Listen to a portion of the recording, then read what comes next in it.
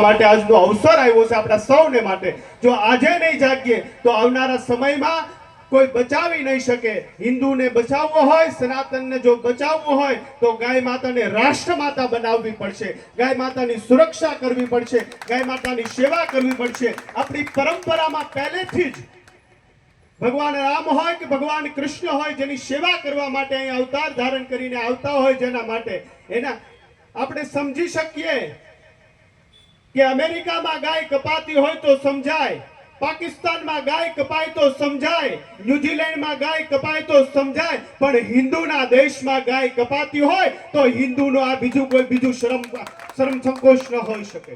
એટલા માટે આપ સૌ હિન્દુઓ જાગૃત થઈ, સનાતનીઓ સૌ જાગૃત થઈ અને ગાય માતા રાષ્ટ્રમાતા બને અને ગાય કતલખાને જતા બંધ થાય, ગૌવધ બંધ થાય, એવા હેતુથી બધા મૌન રીતે શાંતિપૂર્ણ આપણે બધા કલેક્ટરને સંદેશ આપવા માટે આ સૌ પધાર્યા છે। તો આપ સૌને પ્રણામ। જય સિયારામ, જય ગૌ માતા।